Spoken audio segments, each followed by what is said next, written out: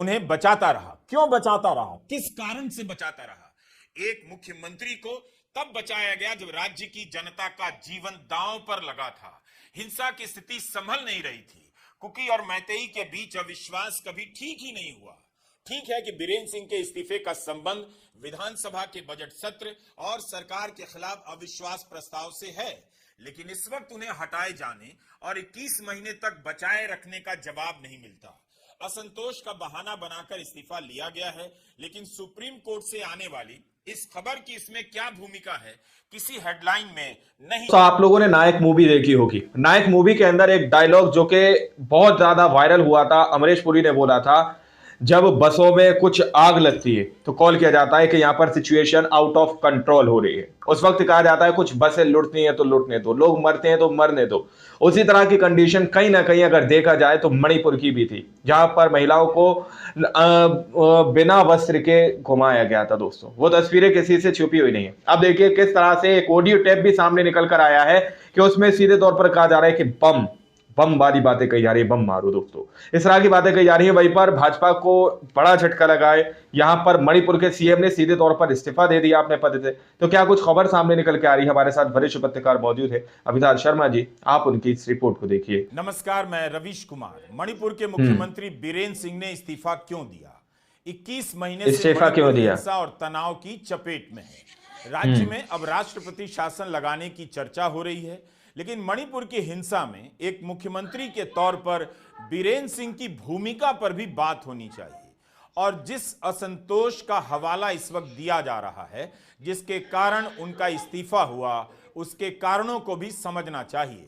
इस मुख्यमंत्री को प्रधानमंत्री मोदी और गृहमंत्री अमित शाह ने 21 महीने का वक्त दिया है। इनकी भूमिका पर गंभीर सवाल उठते रहे, तब भी पद पर बनाए रखे गए। तो अब यह असंतोष क्यों कारण बन गया? कहीं इस बार इस्तीफे के लिए असंतोष का नाटक तो नहीं खेला जा रहा है? याद रखिएगा, जून 2023 में बीरेन सिंह ने नाटक किया था, तब भी उनका इस्तीफा नहीं लिया गया।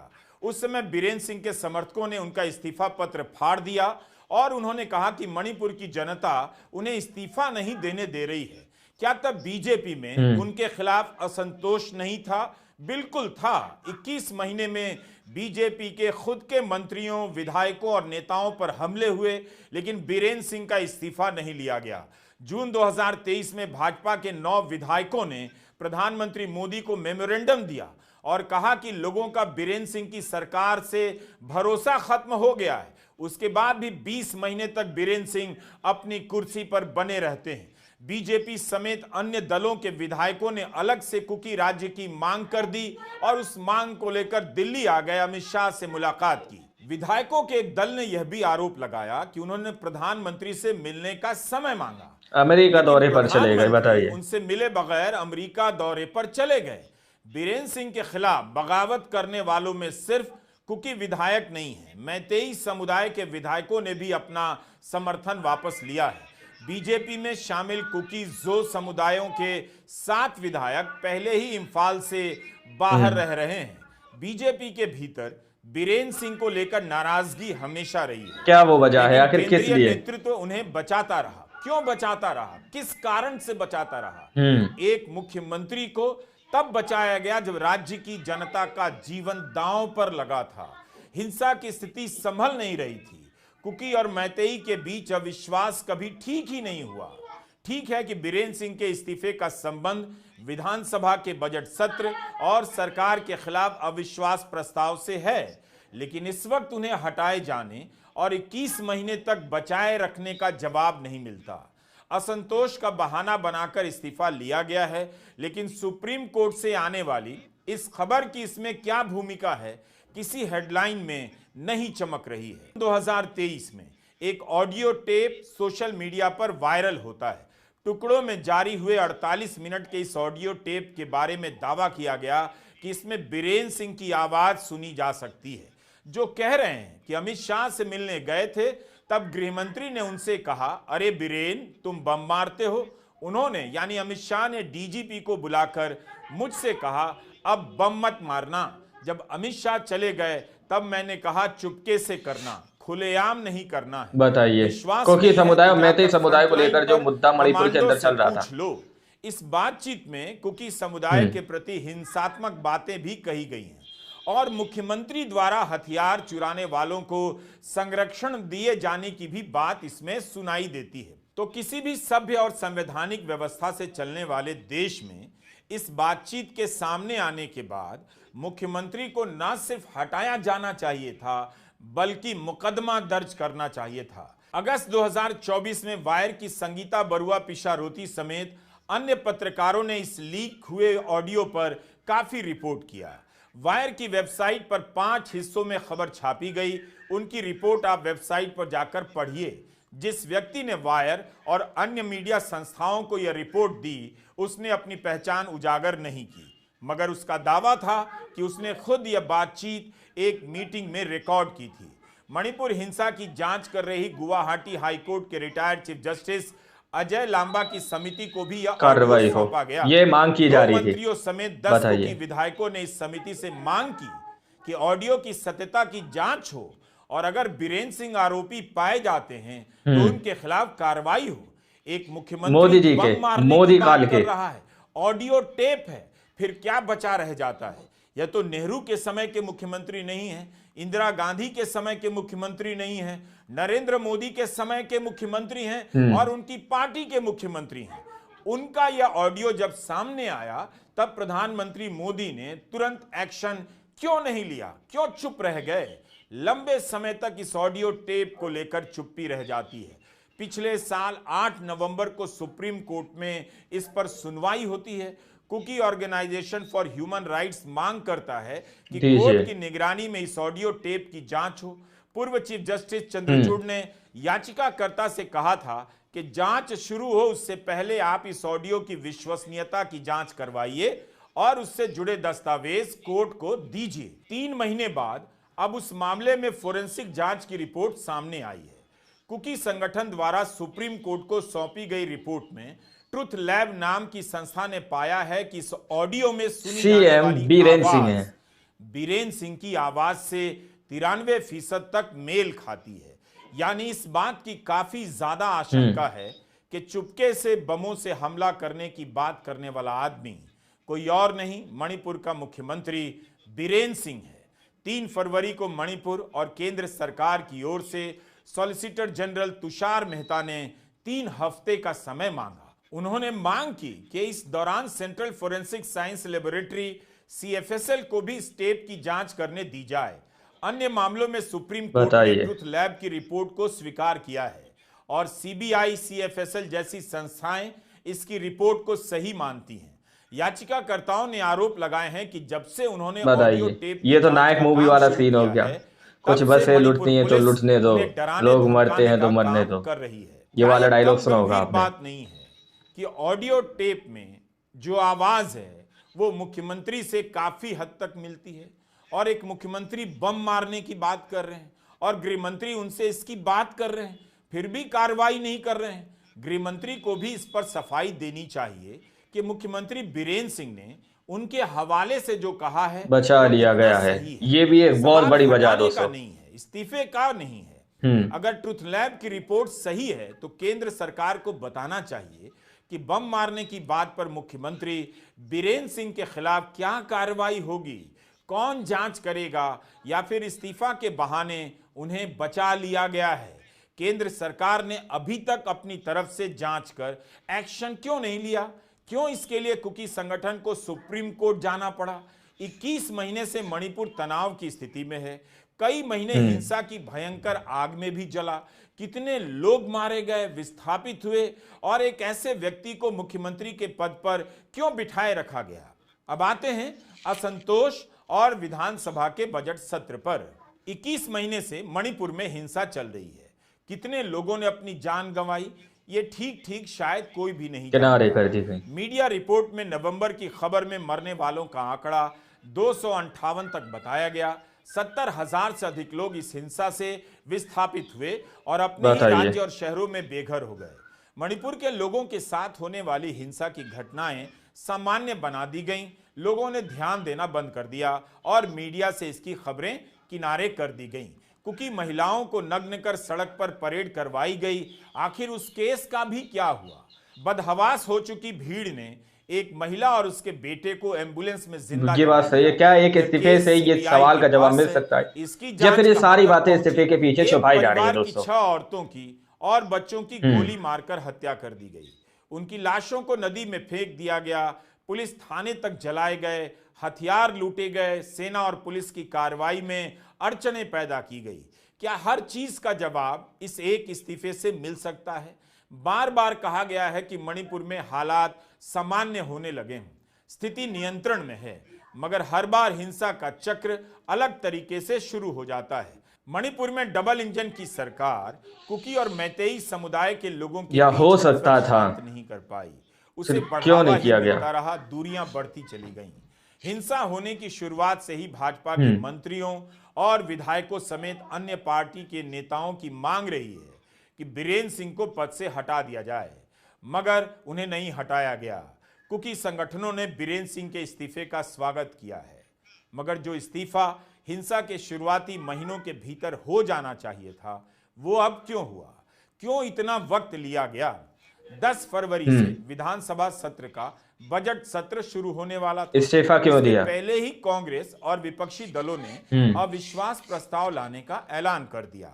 द हिंदू और डेक्कन हेरल्ड में रिपोर्ट हुआ है कि 4 दिन पहले कांग्रेस विधायकों ने राज्यपाल से शिकायत की थी कि सरकार बीजेपी के विधायकों को धमका रही है कि सरकार के खिलाफ वोट ना करें। ऐसे आरोपों की कोई चर्चा नहीं होती, कोई कार्रवाई भी नहीं होती। कांग्रेस के 5 विधायक हैं और नेशनल पीपल्स पार्टी के 6। कांग्रेस को उम्मीद थी कि अगर बीजेपी के विधायकों ने भी सरकार के खिलाफ वोट दिया तो बीजेपी की सरकार गिर जाएगी, लेकिन इस्तीफा देने के बाद विधानसभा का सत्र भी स्थगित कर दिया गया है। राज्य में राष्ट्रपति शासन लागू होने की आशंका जताई जा रही है। नाटक किया था बीरेन्द्र सिंह ने। एनडीए के विधायकों की बैठक बुलाई थी। मणिपुर एनडीए में बीजेपी के अलावा नगा पीपल्स फ्रंट और जदयू भी शामिल हैं। मीडिया में सूत्रों के हवाले से छपा है कि बीरेन्द्र सिंह यह देखना चाहते थे कि उन्हें कितने विधायकों का समर्थन है, मगर बीरेन्द्र सिंह की बैठक में 46 में से सिर्फ 20 विधायक ही आए। इसके बाद सत्र शुरू होने से ठीक एक दिन पहले 9 फरवरी को बीरेन्द्र सिंह ने अमित शाह से दिल्ली में मुलाकात की और वापस इंफाल जाकर इस्तीफा दे दिया। उनके साथ बीजेपी के 14 विधायक थे। इसके अलावा नगा पीपल्स फ्रंट के भी कुछ विधायक थे।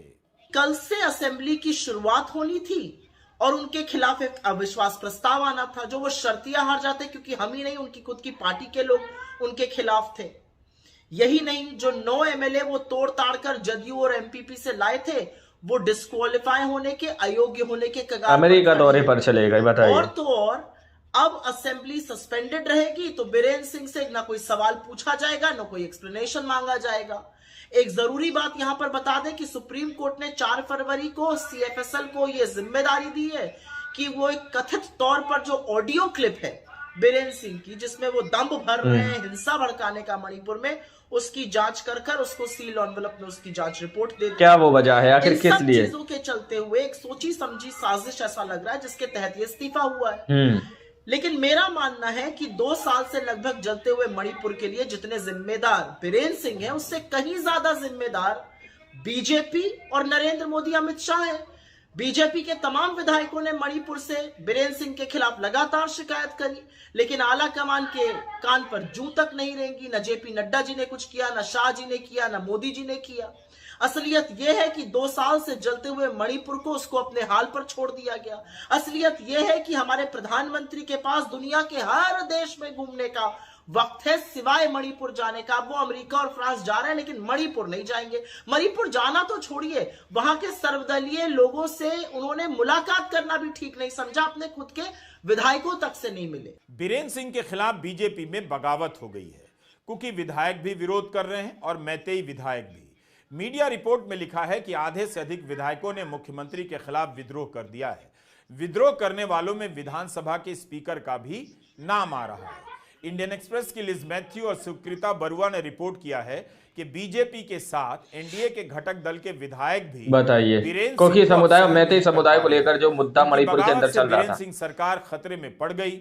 अक्टूबर 2024 में बीजेपी के विधायकों के एक जत्थे ने प्रधानमंत्री कार्यालय जाकर बीरेन्द्र सिंह को हटाने की मांग की थी, मगर केंद्रीय नेतृत्व का समर्थन बीरेन्द्र सिंह को मिलता रहा। वायर की संगीता बरुआ पिशारोती ने लिखा है कि मणिपुर में वही हुआ जो कभी कभी शतरंज के खेल में होता है। राजा को बचाने के लिए प्यादे को कुर्बान कर दिया जाता है। तो यहां राजा कौन है? किस राजा को बचाया गया है? संगीता ने लिखा है कि ट्रुथ लैब की रिपोर्ट के बाद बीजेपी के वरिष्ठ नेताओं ने बीरेन्द्र सिंह के खिलाफ अविश्वास प्रस्ताव लाने के पुराने प्लान को कांग्रेस की मदद से फिर से शुरू कर दिया।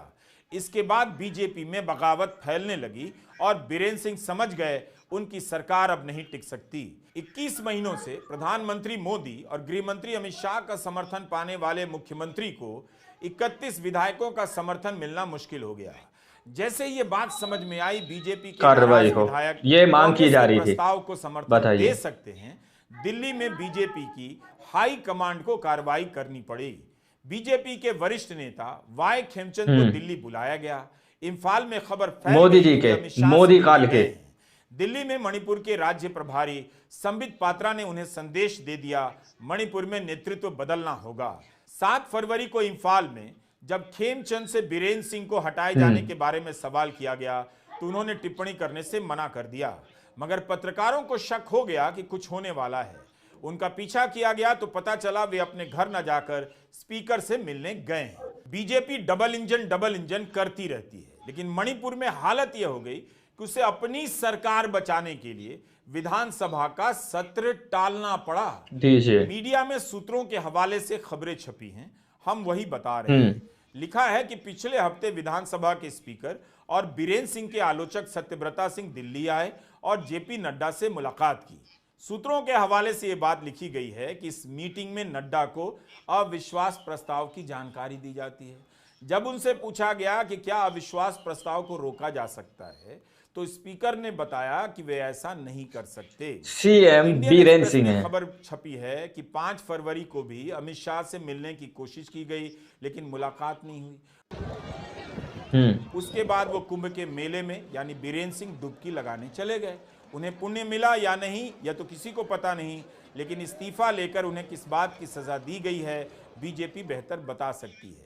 कुंभ के 3 दिन बाद बढ़ते दबाव के चलते बीरेन्द्र सिंह फिर से दिल्ली आते हैं और अमित शाह और जेपी नड्डा से मुलाकात करते हैं। 2 घंटे की मीटिंग के बाद तय होता है उन्हें इस्तीफा देना पड़ेगा। देखिए कितनी कहानियां बनाई जाती है। दिल्ली में क्या कहानी बन रही है कि आरएसएस ने, दैनिक जागरण में खबर छपी है कि आरएसएस ने दिल्ली में 3 लाख बैठकें की हैं, छोटी छोटी 3 लाख। बताइए, ये तो नायक मूवी वाला सीन हो गया। कुछ बसें लुटनी है तो लुटने दो, लोग मरते हैं तो मरने दो, ये वाला डायलॉग सुना होगा आपने। स्थिति को सामान्य कर दिया। वहां तो आरएसएस से कुछ नहीं हुआ, वहां तो केंद्रीय नेतृत्व और रणनीति और ताकतवर मीडिया के होते हुए भी कुछ नहीं हुआ। लेकिन ये सब कहानियां बनाई जाती हैं।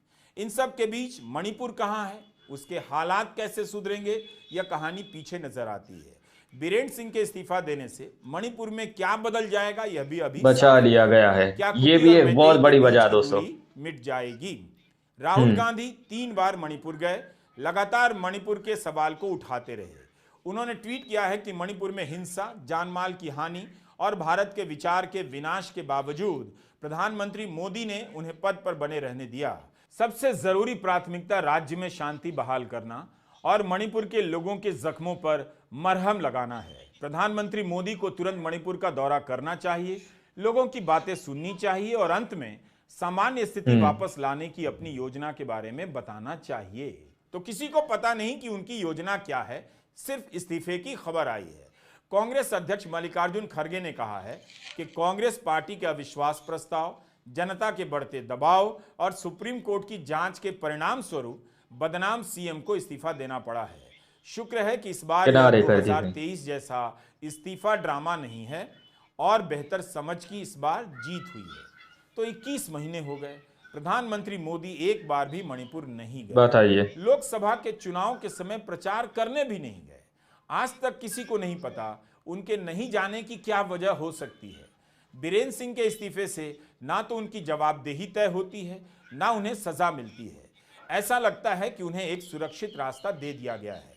नमस्कार, मैं रवीश कुमार। आप लोगों ने इस वीडियो को शुरू से आखिर तक देखा। वीडियो के अंदर साफ तौर पर बात की गई है कि किस तरह से मणिपुर के सीएम की एक ऑडियो टेप वायरल हो रही है। इसके अंदर सीधे तौर पर कहा जा रहा है कि भाई किस तरह से बम मारना है, किस तरह की बम की बातें यहाँ पर की जा रही है। जो कि मणिपुर के सीएम है, ये अपने आप में काफी घातक है दोस्तों, कि जो अभी अपने पद पर बैठे हुए हैं वो अपने समाज के लोगों के लिए किस तरह की बात करते हुए नजर आ रहे हैं। सवाल तो ये उठाया जा रहा है दोस्तों कि जिस तरह से यहाँ पर ये दावा किया जा रहा है कि इतने बड़ी बड़ी घटनाएं वहां पर घट गई, बावजूद इसके जब जो है वहां पर इस्तीफा नहीं लिया गया, तो आखिर अब इस्तीफा क्यों लिया गया है? क्या वाकई में इस्तीफा लेने की यही वजह है कि सारी बातों को छुपा दिया जाए, यानी कि इन बातों से गोलमोल कर दिया जाए कि भाई अब हमने सीएम से इस्तीफा ले लिया है? क्या ये बीजेपी पार्टी के लिए एक बड़ा झटका है? क्या वहां पर राष्ट्रपति शासन लगाया जाएगा मणिपुर के अंदर? क्योंकि वहां पर तकरीबन 20-21 महीने से जो हिंसा जारी थी, उस वक्त कोई लीगल एक्शन या कोई बड़ा एक्शन नहीं लिया गया, जबकि विपक्षी नेता और पार्टी के नेता, केंद्र सरकार के नेता भी बार बार सरकार के ऊपर दबाव बना रहे थे कि भाई बीरेंद्र सिंह का इस्तीफा ले, वहां से जो है सीएम को हटाया जाए या फिर बदला जाए। इस तरह की बहुत सारे सवाल उठाए जा रहे थे। लेकिन आज 20 और 21 साल के बाद तकरीबन अब यह एक्शन क्यों लिया गया है, यह अपने आप में काफी बड़े सवाल खड़े करता है दोस्तों। बाकी आप लोगों ने इस पूरी रिपोर्ट को देखा सुना, आप लोग क्या सोचते हैं, क्या समझते हैं, अपनी राय कमेंट सेक्शन में जरूर दीजिएगा। फिर तक अगली वीडियो में, जब तक के लिए जय हिंद, जय भारत।